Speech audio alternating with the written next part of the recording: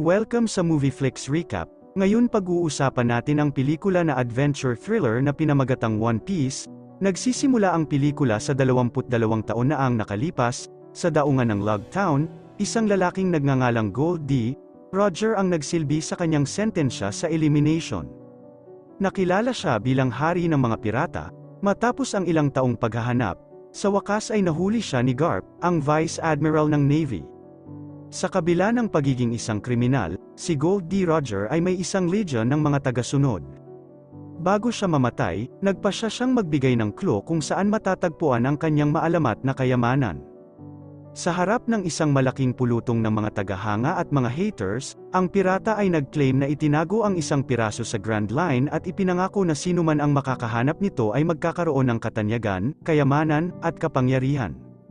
Matapos sabihin ang kanyang mga huling salita, tinanggal si Roger, at nagsimula ang Great Age of Pirates. Ang mga kalalakihan at kababaihan na puno ng pag-asa ay naglakbay sa dagat upang hanapin ang nawawalang kayamanan ng Pirate King, kabilang sa mga ito si Monkey D. Luffy, isang binata na pinangarap mahanap ang One Piece mula pa noong siya ay bata.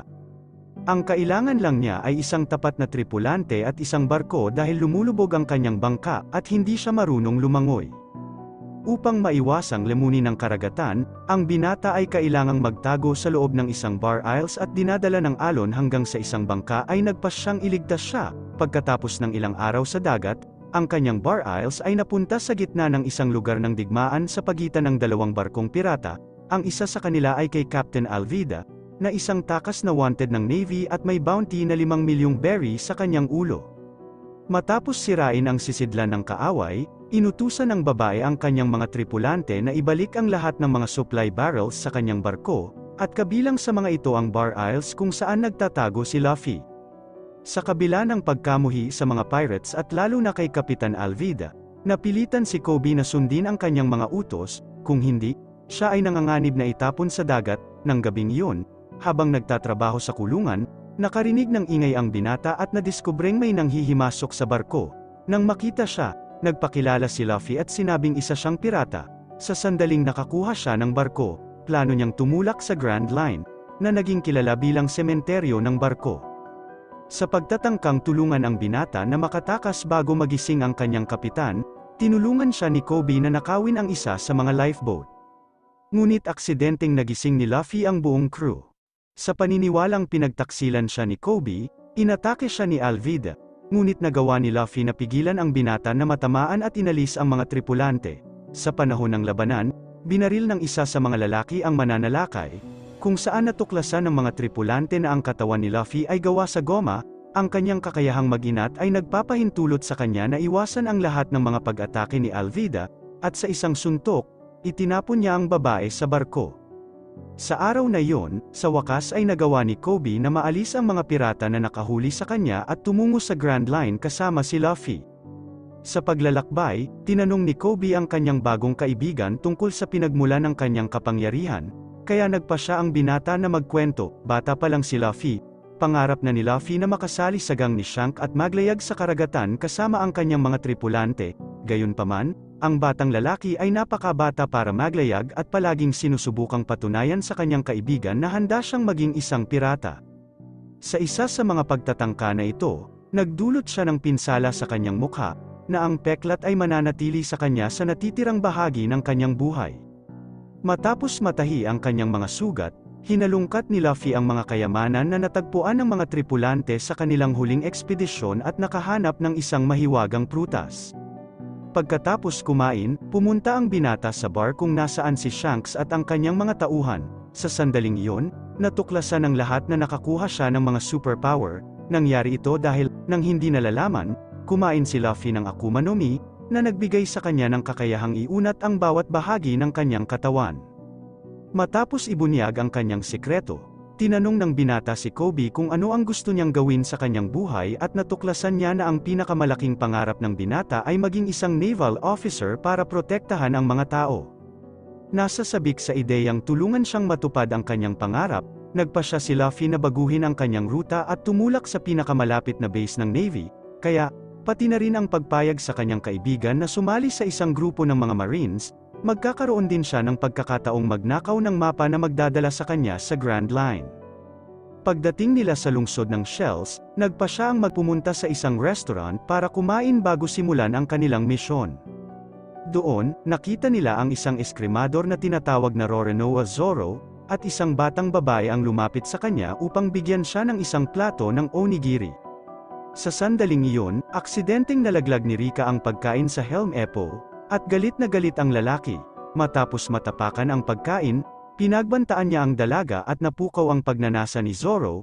Pagkatapos kumain ng isang piraso ng dinurog na pagkain, magiliw na pinuri ng eskrimador si Rika sa kanyang talento sa kusina at inutusan si Helm Epo na kainin ang onigires na kanyang natapakan.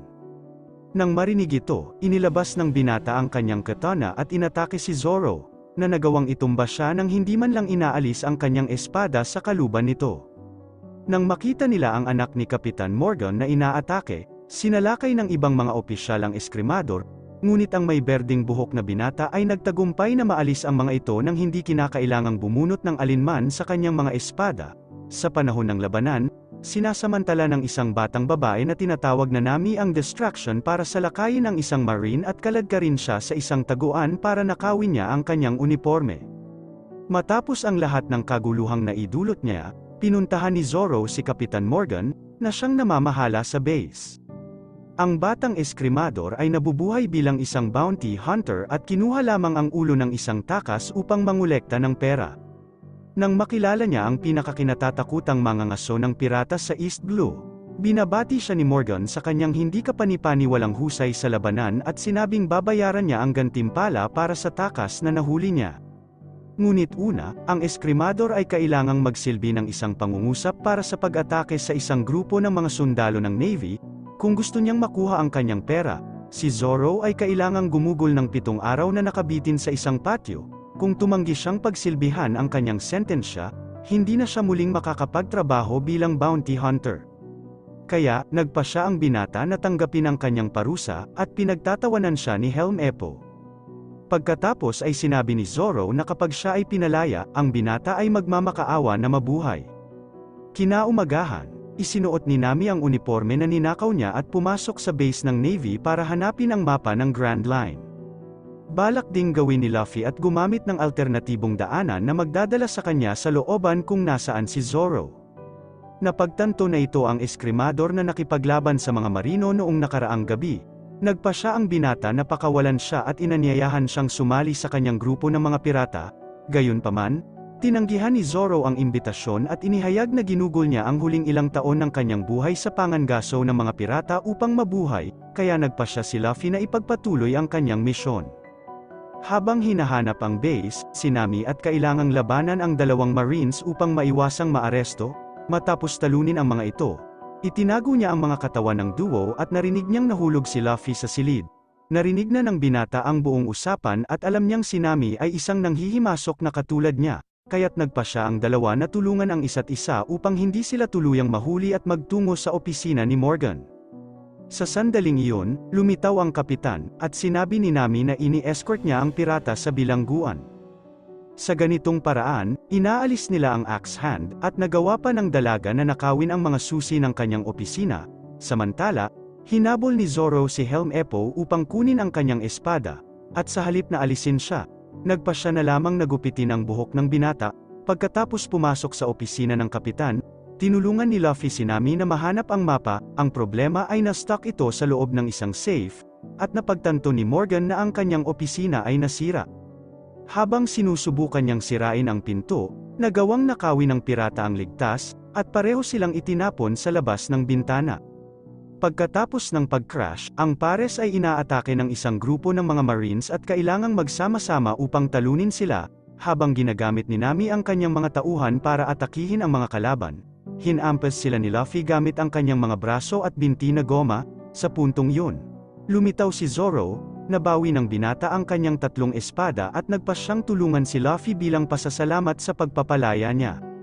Nang tuluyan na nilang maalis ang mga sundalo, lumitaw si Captain Morgan, at dapat talunin siya ng trio. Sa sandaling iyon, dumating ang ibang mga opisyal sa eksena, at sinalakay sila ni Nami habang pinaplano ni Luffy at Zoro kung paano mapupuksa si Morgan. Dahil napakalakas niya, hinugot ni Zoro ang kanyang 3 espada at nagawang i-immobilize ang kanyang kalaban. Pagkatapos ay inaatake siya ng Straw Hat gamit ang rubber leg nito, at natalo ang matanda. Matapos manalo sa labanan, kinuha ng eskrimador ang lig, at nagnakaw si Nami ng bangka upang makatakas ang grupo. Biglang lumitaw si Helm Epo at nagbanta na babarilin ang gang, ngunit nagulat ang lalaki at nawalan ng malay matapos makatanggap ng suntok mula kay Kobe.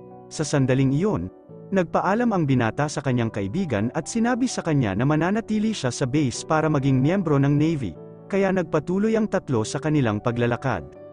Nang gabing iyon, pagkatapos ng ilang oras ng pagsubok na tuklasin ang sikreto ng lig, sa wakas ay nakuha ni Nami ang kanyang mga kamay sa mahalagang mapa. Nang tila maayos na ang lahat, sinalakay ang bangka, at isang balahibo ng pulang usok ang dahilan upang mawala ng malay ang mga tripulante. Gayunpaman, bago siya mamatay, nagawa ni Luffy na lunukin ang mapa upang panatilihin itong ligtas sa loob ng kanyang sariling katawan. Paggising nila, tinatakpan na lang nila na nakulong sila sa loob ng isang kahon na gawa sa kahoy. Nang ito ay binuksan, napagtanto ng grupo na sila ay dinala sa isang kakaibang circle. Hindi nagtagal ay nadiskubre nila na dinala sila sa isang isla, at ang mga manunood talaga ay ang mga taong bayan na nakakulong. Pagkatapos ay lumitaw si Buggy at ipinahayag na pinaplano niyang nakawin ang mapa ng Grand Line sa loob ng ilang buwan.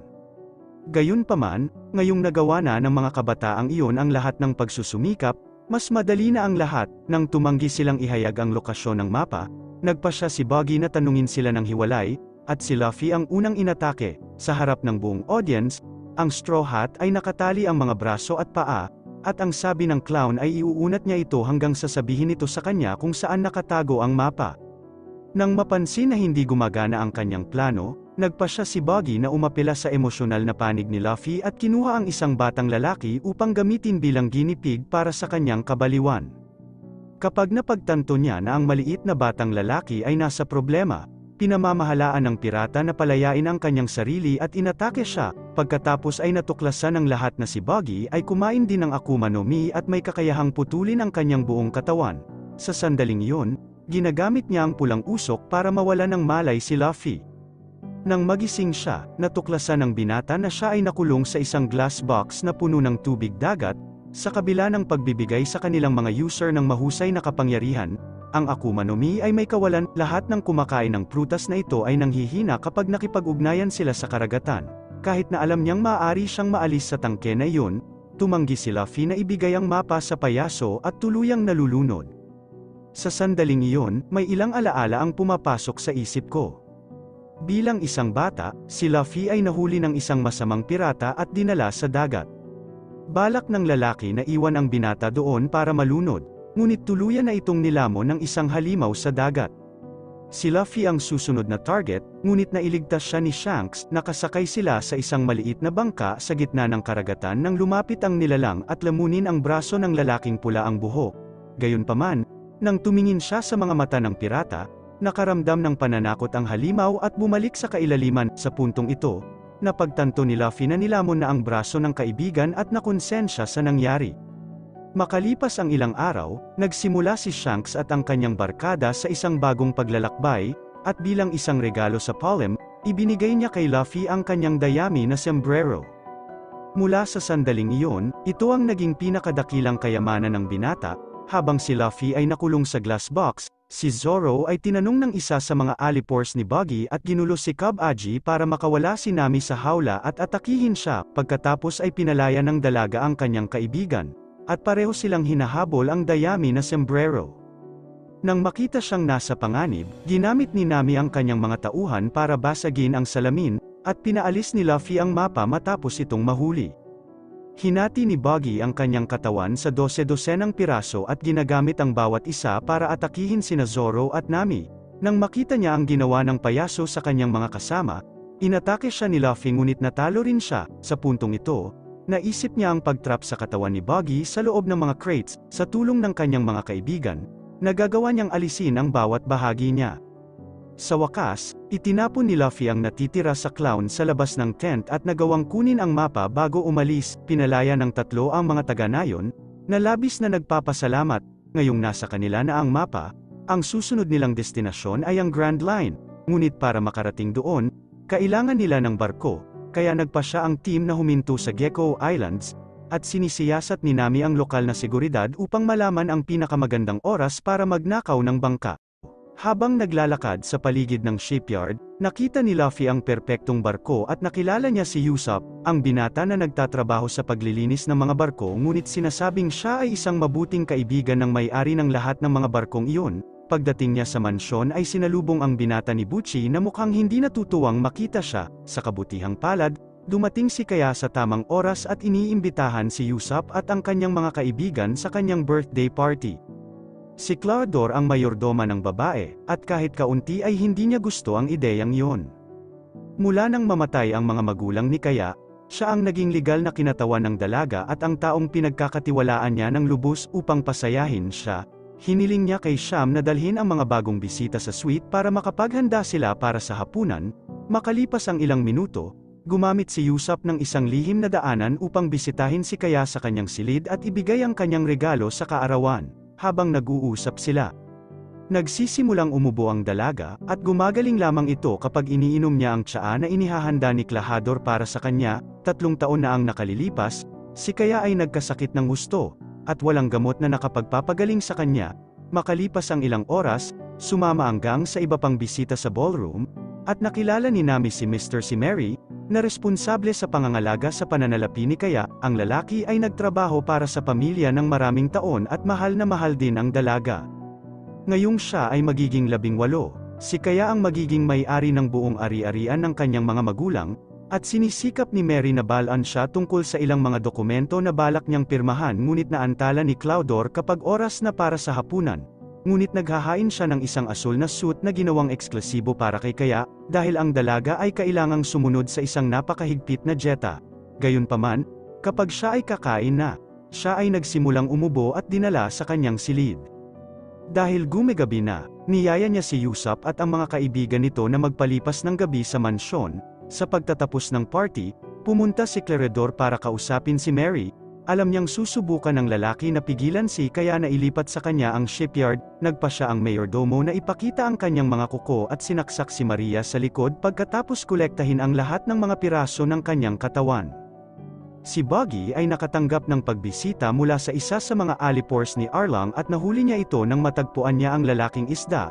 Natuklasan ni Buggy na pag-aari niya ang bayan na kanyang sinibak, at nagpa siya si Arlong na alisin siya. Sa pagtatangkang iligtas ang kanyang sarili, inaangkin ng payaso na alam niya kung nasaan ang mapa ng engranding linya at nag-aalok na tulungan si Arlong na mahanap ito. Sa madaling araw, umalis si Luffy sa kanyang silid upang maghanap ng pagkain, at si Zoro ay naghanap ng isang bote ng rum. Nagkataon namang nagkita ang dalawa at sabay na naglalakad papuntang kusina. Samantala, sinamantala ni Mami ang pagkakataong linisin ang ilang gamit sa mansion, ngunit nadiskubre ito nang hindi sinasadyang makapasok siya sa silid ni Kaya. Kahit na nalaman niyang magnanakaw si Nami, hindi nagkikimkim ng masama ang dalaga sa kanya. Sa halip, si Kaya ay nakikipag-chat sa kanyang bisita, at ang dalawa ay naging magkaibigan. Pagdating niya sa kusina, nakita ng dalawang kasama si Usopp, at ipinaalam sa kanila ng binata na may wine cellar sa basement ng mansion.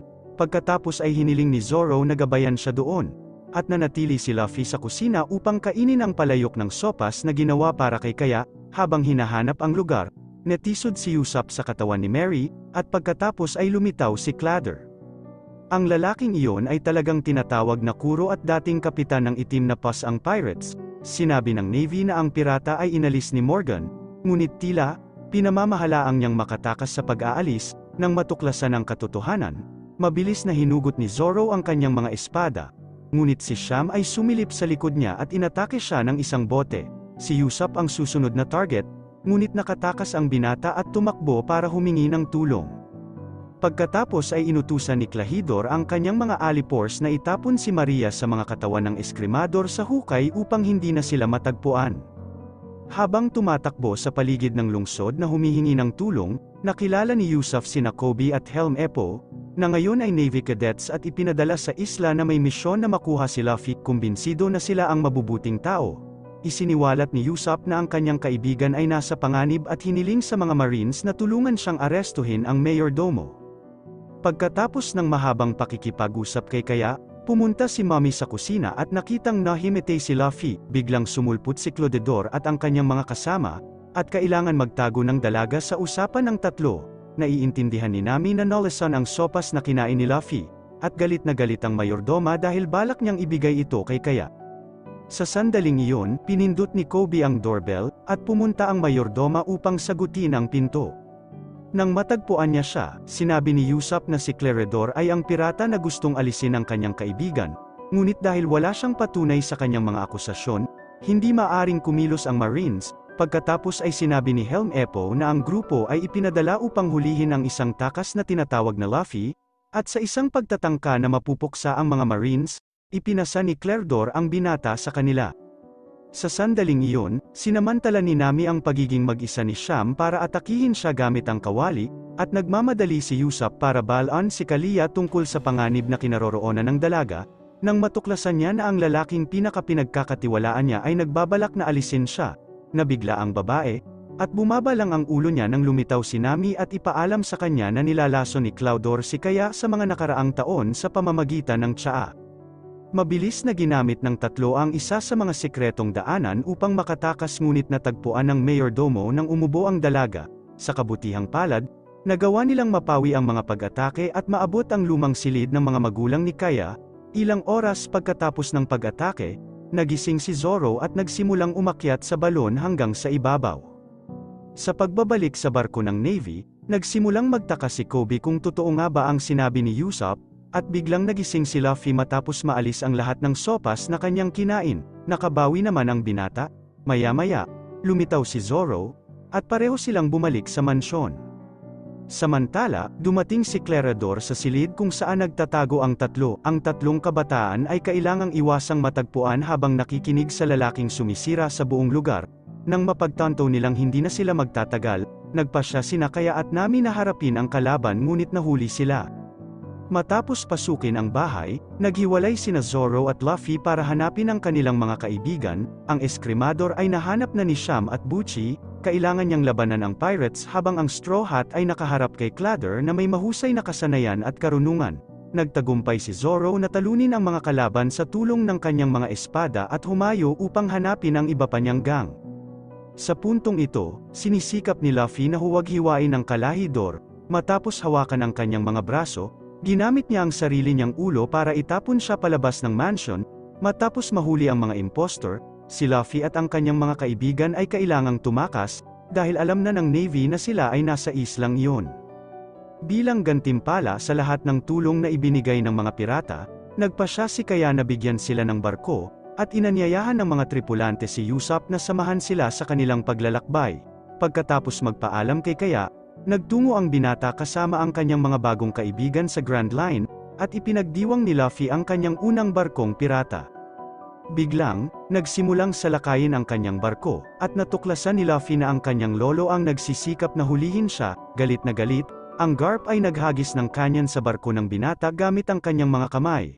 Ngunit ang dayami na sombrero ay bumubuo ng isang lobo sa kanyang katawan at ibinalik ang pag-atake sa barko ng kaaway. Sa ganitong paraan, nagawa niyang itumba ang isa sa mga layag, at ang mga marino ay nagsimulang gumalaw ng mas mabagal. Dahil dito, nakatakas ang mga pirata, at pagkatapos ng ilang oras na paglalakbay, nagpasyang huminto sa isang maritime restaurant na tinatawag na Varadir. Ang isa sa mga nagluluto ay talagang isang binata na tinatawag na Sanji, na ang talento ay hindi kinikilala ng maayos ni Chef Seth. Pagkatapos magluto ng isa pang ulam na wala sa menu, inutusan si Sanji na maghintay sa mga mesa at kailangang gamitin ang kanyang hindi kapani-paniwalang kasanayan sa martial arts para maputol ang away sa pagitan ng dalawang customer. Nang makitang nawala na sa kanya si Luffy, nakipag-ugnayan ang Garp kay Mihawk, ang pinakamahusay na eskrimador sa mundo. Inutusan ng Garp ang lalaki na kunin ang Straw Hat. Napakalakas ng lalaki na kaya niyang sirain ang isang buong barko gamit ang kanyang espada at sinasabing malapit nang matapos ang kanyang misyon. Nang gabing iyon, dumating si Mihawk sa Varadir at nakinig kay Usopp na nagkukwento ng mga naranasan niya kasama si Luffy mula nang maging pirata siya. Pagkatapos ay hiniling niya sa binata na ipakilala siya sa kanyang mga tauhan at sinabi na ang kanyang misyon ay ipasok si Luffy sa Navy. Nang makita ang lalaking iyon na may krus sa dibdib, agad siyang nakilala ni Zoro at hinamon siya sa isang sword duel. Ibinunyag ng binata na mula pa noong siya ay bata, ang kanyang pinakamalaking pangarap ay talunin si Mihawk sa isang laban at makuha ang titulong pinakadakilang eskrimador sa mundo. Tinanggap ng lalaki ang The Challenge at sinabing si Zoro ay matatanggal sa madaling araw.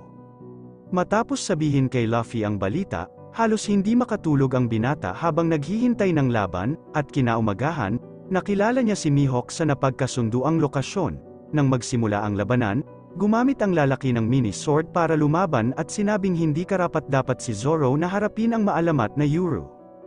Kahit nasa kanyang miniature na katana, nagawa ni Mihawk na saktan ang binata, ngunit hindi umatras si Zoro. Humanga sa pagpupumilit ng binata, iginuhit ni The Swordsman ang kanyang uro at nagawang gamitin ito para sirain ang 2 sa 3 espada ni Zoro. Kapag napagtanto niya ang nangyari, tinanggap ng bounty hunter ang kanyang pagkatalo at ibinuka ang kanyang mga braso upang maisagawa siya ng kanyang kalaban.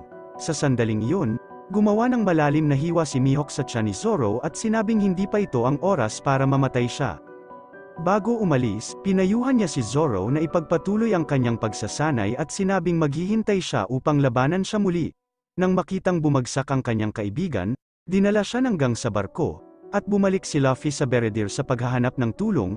Dahil walang doktor sa restaurant, nagpasya sina Sanji at Seth na pumunta doon para tulungan siya. Matapos tahiin ang sugat, ginamit ng matanda ang balat ng isda upang takpan ito, at dinala siya ng mga kaibigan ni Zoro sa kanyang silid.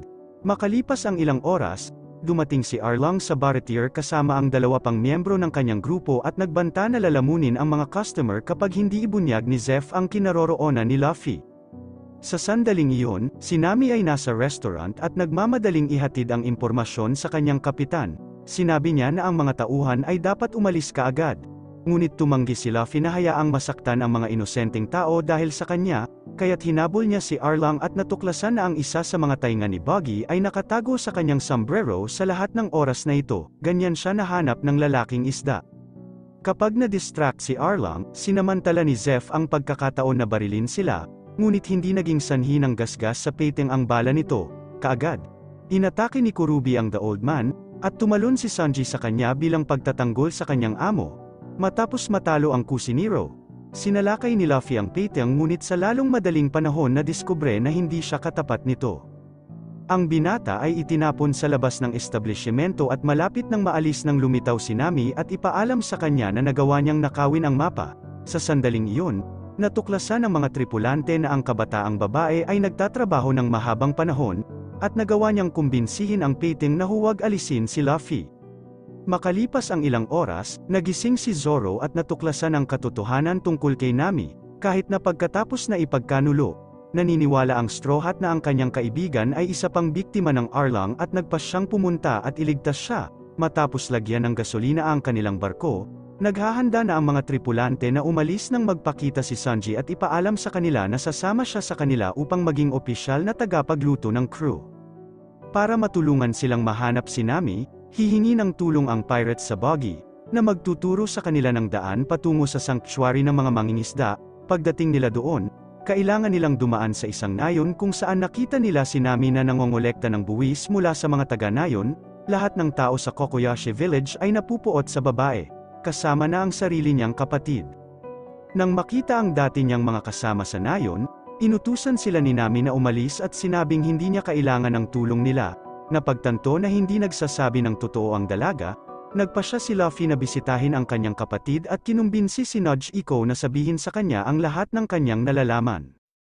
Noong pareho silang bata, ang kanilang nayon ay nilusob ng gang ni Arlong, at ang lahat ng mga taga-nayon ay kailangang magbayad ng buwis upang mabuhay, dahil wala siyang sapat na pera para iligtas ang sarili.